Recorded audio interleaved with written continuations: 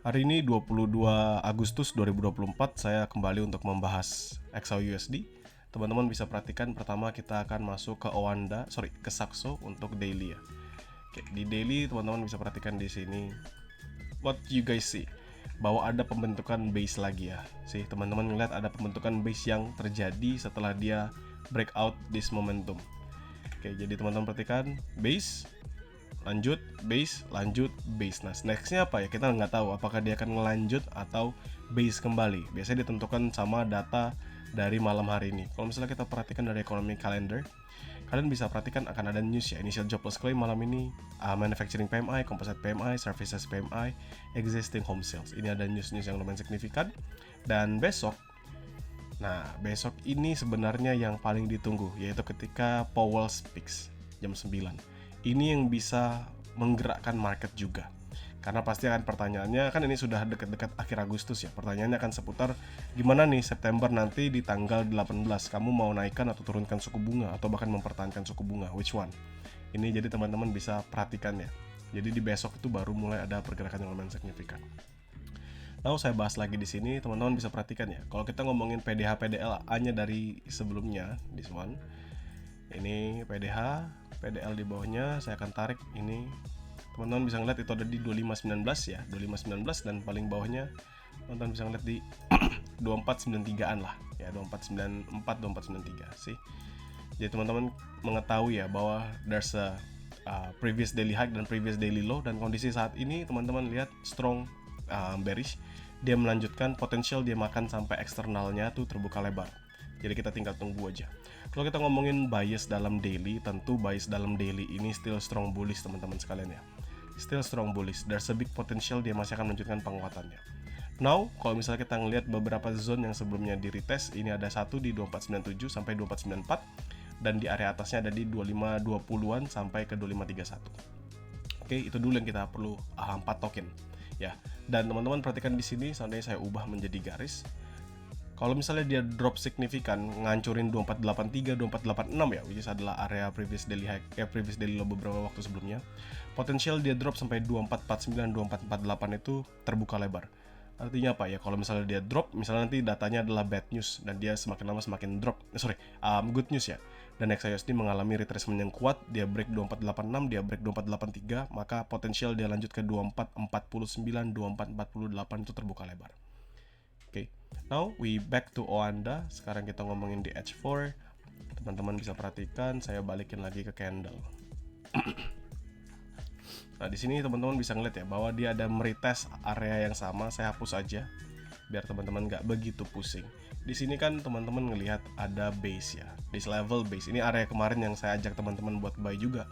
Di high risknya saya 2500-an itu, ingat 2500 sampai 2498. Tapi karena semalam itu dia sudah drop dulu ke 2499, maka kita bisa ngambil lebih bawah, which is di 2499 sampai 2497. Kondisi saat ini pun masih sama teman-teman sekalian. Dia ngeretest di area yang sama. Ya, dia ngeretest di area yang sama sih. Dia ngeretest di area yang sama, which is ini akan menjadi area yang akan kembali dia hajar. Untuk apa ya? Untuk menunggu jika memang this level akan strong, maka dia akan rebound. Teman-teman bisa perhatikan berapa kali dia nge-retest. Di sini adalah pertama kali dia ngebentuk, retest pertama, retest kedua, retest ketiga, hajar sampai bawah, lalu retest keempat di hari ini.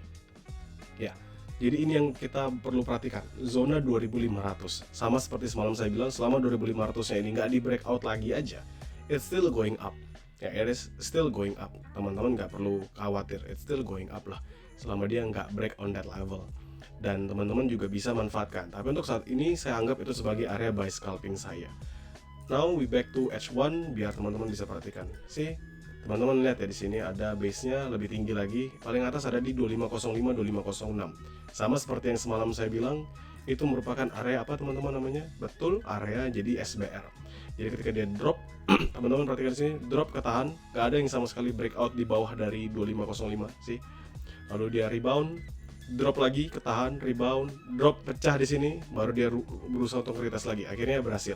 Dia terbang lagi, naik lagi, dan sekarang dia break area 2505. That's why this level sekarang 2500 menjadi area buy scalping saya. 2500 sampai 2499 atau 2500 sampai 2498 untuk lower time frame only. Buy high risknya di mana, King? Buy high risknya di mana, King? Oke. Kalau misalnya kita ngomongin buy only for high risk ya. Seandainya kita ngomong buy, oke, kita akan buy high risk. Maka high risknya saya itu akan dekat di 2490-an bawah ini.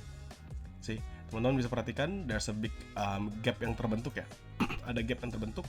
Di sini dia ngambil liquidity inducement, dia langsung lanjut mengalami penguatan, dan kondisi sebelumnya ini ada beberapa area yang belum sempat di jamah. Ya, belum sempat dijamah. 2494 bawah ini sampai ke 2491. So menurut saya seandainya nanti dia strong momentum drop dan dekat-dekat ke 2494 2491, di situ akan menjadi area buy high risknya saya. Patokan saya mungkin di 2492 2490 aja. Karena jauh lebih aman. Lalu nextnya jika dia masih drop lagi, maka next target saya akan ke 2456, which is ini adalah area previous daily low-nya. Sedangkan untuk sell itu kan high risk ya. Sedangkan untuk buy medium risknya masih sama ya teman-teman ya, di 50-an. Sorry. Lalu kita ngomongin untuk sell. Ada beberapa zona sell yang teman-teman bisa perhatikan kalau misalnya saya ubah sebagai garis ya. Pertama, teman-teman bisa perhatikan di level 1 sama paling atas 2520, which is kemarin itu hampir banget dia masuk zone saya, tapi teman-teman lihat dia naik sampai 2519 aja.